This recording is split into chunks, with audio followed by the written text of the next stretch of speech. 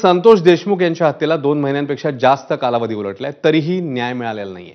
अशातच त्यांचे बंधू धनंजय देशमुख यांनी आता गंभीर आरोप केले। संतोष देशमुख हत्याकांड प्रकरणातील बी टीमवर कधी कारवाई करणार असा सवाल त्यांनी विचारलाय। दुसरी एक बी टीम या संदर्भात काम करत असल्याचा आरोप करत धनंजय देशमुखांनी डॉक्टर सुभाष वायबसे, बालाजी तांदळे, संजय केदार, मोराळेंचं नाव घेत त्यांच्यावर कारवाई कधी होणार असा प्रश्न प्रशासनाला विचारला।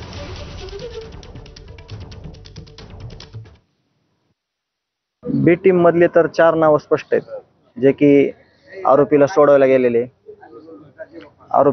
गेलेले भावाच्या पाठीमागे जी गाडी होती ती गाडी घरी नेऊन सोडणारे बालाजी तांदळे, 6 तारखेला, 9 तारखेला, 12 तारखेला शेजारच्या गावचे सरपंच संजय केदार, त्यांना फोन आलेला आरोपींचा, हे 3 आणि फोन पे पैसे झालेले डॉक्टर वायबसे। तुम्ही हे सांगा मला, आज देखील जे कोणी आरोपी इथे येतात सुनावणीला, कोठडीला, त्याविषयी सगळी टीम त्यांच्या आत अवतीभोवती असते।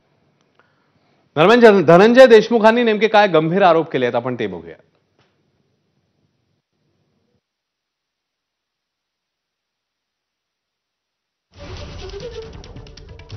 यांचा आरोप आहे बालाजी तांदळे, संजय केदार, डॉक्टर वायबसे, मोराळे हे बी टीम मध्ये आहेत असा गंभीर आरोप धनंजय देशमुख यांनी केलाय। तर संतोष देशमुखांचा पाठलाग करणारी गाडी बालाजी तांदळेने घरी सोडली। 6 आणि 9 डिसेंबरला शेजारच्या गावचे सरपंच संजय केदारांना आरोपींचा फोन झाला। पोलिसांनी बी टीम देखील आरोपींची चौकशी करून सोडून दिली।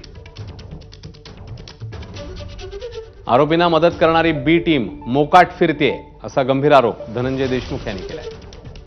सहआरोपी म्हणून चौघांवर कारवाई का नाही असाही प्रश्न विचारण्यात आलाय।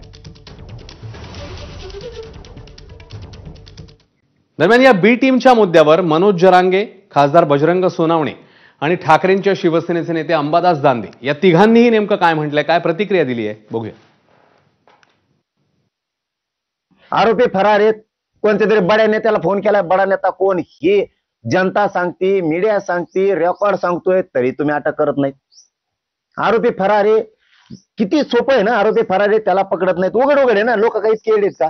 जे आरोपी फरार होते खुनाच्या टायमाला त्यांना कोणतरी सांभाळलंय, ते आरोपी नाहीयेत।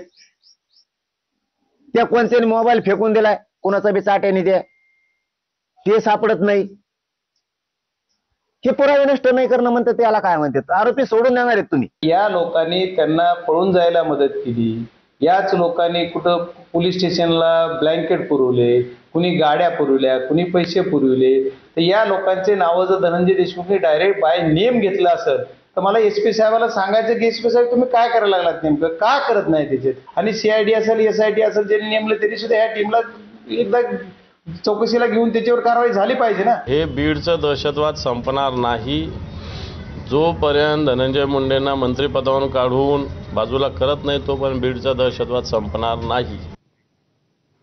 दरम्यान भाजपा आमदार सुरेश धस यांनी देखील बी टीमच्या मुद्द्यावर भाष्य केले। ते नेमकं काय म्हणालेत बघूया। धनंजय देशमुख हे बोललेले आहेत असं मला वाटतं आणि त्याच्यामध्ये काही तथ्य आहे। हे जे सहकार्य करणारे लोक होते, हे लोक सहआरोपी का होऊ नयेत अशा प्रकारची त्यांची मागणी आहे। त्याच्या बाजूने बोलणं आणि त्यातल्या त्यात डॉक्टर सारख्या माणसांनी मदत करणं, आणि त्याचं मला वाटतं मी सुद्धा एक लेखीपत्र तयार केलंय आता, आणि लेखीपत्र मी जे आहे ते बसवराज तेली यांना देणार आहे। दरम्यान ज्यांनी आरोपींना मदत केली ते आज सर्रासपणे फिरतायत, दहशत पसरवतायत असा आरोप केलाय सामाजिक कार्यकर्त्या अंजली दमानी यांनी। बघूया। चौकशी अगदी सुरुवातीला झाली, त्यानंतर त्यांना सोडून देण्यात आलं। त्यानंतर पुन्हा ही जी सगळी नावं आहेत, म्हणजे बालाजी तांदळे खास, त्यात शिवलिंग मोराळे, संजय केदार आणि इतरही गोट्या गीते म्हणा, ही सगळी माणसं आत्ताच्या घटकेला सुद्धा पहिल्यासारखंच काम करतायत, पहिल्या इतकीच दहशत चालू आहे आणि कुठेही त्यांच्यावर आळा बसलेला नाहीये। सरपंच संतोष देशमुख यांच्या पत्नी अश्विनी देशमुख यांना केजमधील शिक्षण संस्थेमध्ये नोकरी देण्यात आली आहे। केज तालुक्यातील आडस गावातील श्री छत्रपती शिवाजी विद्यालयामध्ये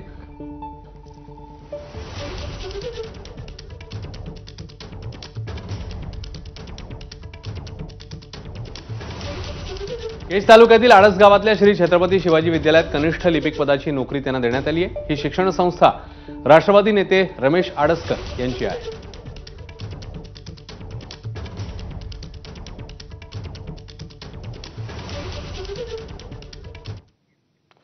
आता बातमी कुंभमेळ्यासंदर्भातली आहे। 2 वर्षांनी नाशिकमध्ये सिंहस्थ कुंभमेळा पार पडणार आहे। त्याच्या आयोजनावरनं सध्या महायुती सरकारच्या विविध बैठका पार पडत आहेत। मात्र या बैठकांमुळे